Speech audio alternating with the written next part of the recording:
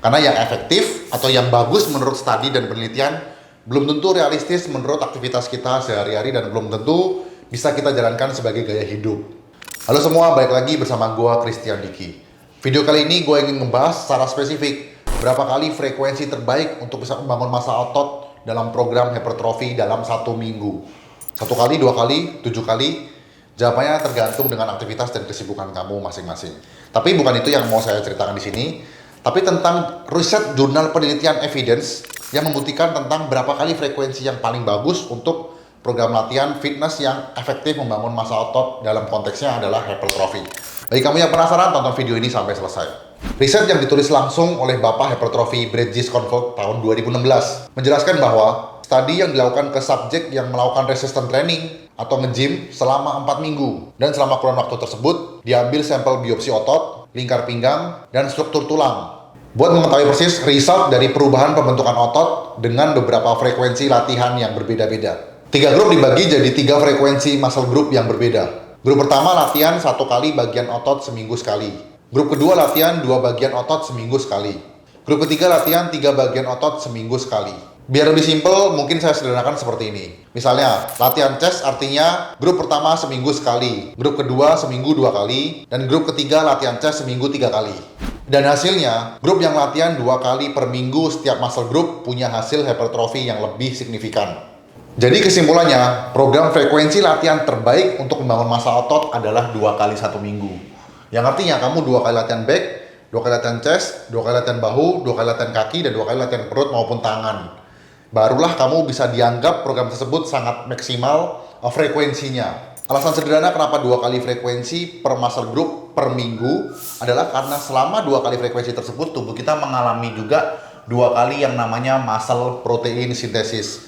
Sudah pernah saya jelaskan, muscle protein sintesis adalah bagaimana caranya tubuh kita menyerap protein untuk memperbaiki jaringan sel otot yang rusak ketika latihan dan olahraga. Ketika kita fitness, kita nge-gym, itu dinamakan dengan muscle breakdown. Dan setelah kita mengonsumsi protein, dinamakan dengan muscle protein sintesis. Dengan 2 kali latihan frekuensi per muscle group, 2 kali latihan dada, 2 kali latihan bahu, artinya 2 kali juga muscle protein sintesis. Dan pada saat muscle protein sintesis ini, muscle growth kita lebih tinggi ketimbang posisi kita sehari-hari pada saat kita nggak latihan. Tapi banyak dari kita yang mungkin punya aktivitas kesibukan di luar fitness. Kita harus lembur, kita harus kerja, kita harus ngerjain tugas kuliah, yang dimana tidak memungkinkan untuk bisa latihan 2 kali per muscle group dalam 1 minggu. Karena ketika kita membahas tentang efektivitas, itu selalu berbenturan dengan jurnal studi. Karena yang efektif atau yang bagus menurut studi dan penelitian belum tentu realistis menurut aktivitas kita sehari-hari dan belum tentu bisa kita jalankan sebagai gaya hidup. Nah, pada piramida training yang diperkenalkan oleh Eric Helms dalam bukunya The Muscle of Strength Pyramid Training, piramida paling bawah atau yang memberikan impact paling besar adalah adherence atau ketaatan atau sering kita sebut dengan kedisiplinan. Jadi bisa dibilang percuma kita mendesain program yang optimal, maksimal, dan efektif kalau kita nggak bisa menyesuaikan dengan kegiatan kita sehari-hari dan ujungnya bisa menjadikan kita sebagai program yang di-maintain sebagai gaya hidup. Dalam bukunya The Muscle of Strength Pyramid Training menyebutkan bahwa adherence ini memiliki 3 fundamental dasar untuk bisa menyusun program yang kita bisa taati dan kita bisa disiplin untuk jalankan sehari-hari. Nah, apa saja 3 fundamental dasar tersebut? Yang pertama adalah timeline versus schedule.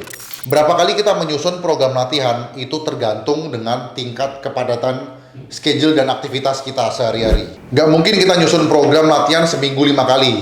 Kalau pulang kerja kita selalu lembur larut malam dari hari Senin sampai hari Jumat. Schedule program latihan kita juga harus benar-benar menyesuaikan dengan timeline aktivitas karena kita pasti ada kesibukan lain di luar fitness. Kita harus kerja, kuliah, mengerjakan pekerjaan kampus, atau mungkin menghabiskan waktu bersama keluarga.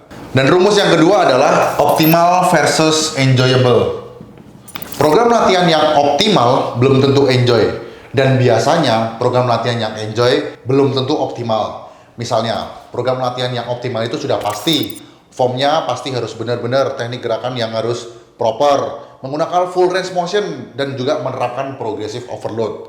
Apabila diimplementasikan ke dalam program latihan kita, udah pasti besoknya badan kita jadi pegel, capek, dan pada saat latihan heart rate denyut nadi kita tinggi, badan kita ngos-ngosan. Itu optimal, tapi belum tentu enjoy. Yang artinya, meskipun program tersebut optimal dijalankan, meskipun itu efektif, maksimal, Tapi kalau nyiksa, ya kita nggak bisa konsisten. Untuk itu, tugas kita di sini adalah mencari titik optimal dan juga titik enjoy. Hanya dengan enjoy, kita bisa konsisten untuk bisa menjalankan program tersebut menjadi gaya hidup. Tapi kalau kita enjoy tapi program tersebut nggak maksimal, badan kita nge-gym bertahun-tahun dan juga gitu-gitu aja dan nggak bisa menghasilkan progres. Untuk itu, endurance rumus kedua ini adalah mencari titik optimal dan juga enjoyable. Dan ketika kita sudah bisa mendapatkan kedua titik tersebut, barulah program tersebut bisa kita maintain sebagai gaya hidup. Oke, dan masuk prinsip yang ketiga dan prinsip yang terakhir adalah fleksibel. Dalam menyusun program yang dijelaskan pada piramid training tersebut, kita ini harus fleksibel. Bukan cuma endurance saja, tapi seluruh program. Yang artinya fleksibel itu seperti ini. Misalnya kamu pindah atau ditugaskan di satu kota yang jauh dari tempat gym, atau mungkin jarak dari tempat rumah kamu ke tempat gym terdekat itu 1,5 jam, atau mungkin kamu harus menggunakan kendaraan umum. Untuk itu kamu harus cukup fleksibel atau cukup realistis mendesain program latihan di rumah. Efektif nggak sih latihan di rumah? Ya mungkin nggak efektif pada saat kita menggunakan latihan beban bench press atau mungkin mesin-mesin yang teknologinya bagus. Tapi kalau kamu harus menempuh jarak 1,5 jam, sedangkan kamu punya banyak aktivitas di luar fitness, banyak aktivitas kesibukan kantor, hal tersebut tidak fleksibel. Untuk itu kamu harus realistis untuk bisa mendesain program yang fleksibel. Home workout cukup efektif kalau kamu bisa enjoy dan kamu bisa maintain sebagai konsistensi sebagai gaya hidup. Jadi intinya kamu harus mendesain program latihan tuh yang fleksibel. Kalau misalnya di rumah kamu nggak cukup cuma dengan body weight workout, kamu bisa menyusun alat fitness menggunakan semen. Atau mungkin kamu bisa beli alat fitness di rumah, kamu bisa taruh di garasi dan bisa latihan di rumah. Yang terpenting, untuk bisa menyusun program yang bisa kamu taati, konsisten, dan juga disiplin, kamu perlu fleksibel dalam setiap keadaan yang terjadi. Oke, jadi setelah memahami program latihan yang endurance ini tadi, program latihan yang disesuaikan dengan timeline dan juga schedule kamu, program latihan yang optimal dan juga enjoyable dan juga fleksibel. Sekarang kita mulai masuk ke tahap berikutnya, yaitu kita penyusunan program latihan dalam 1 minggu.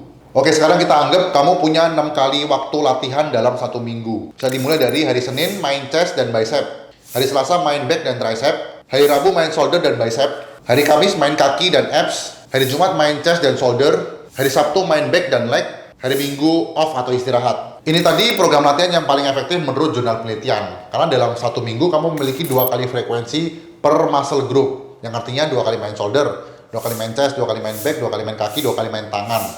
Karena 2 kali frekuensi tersebut adalah frekuensi 2 kali juga muscle protein synthesis yang seperti tadi saya jelaskan di awal video.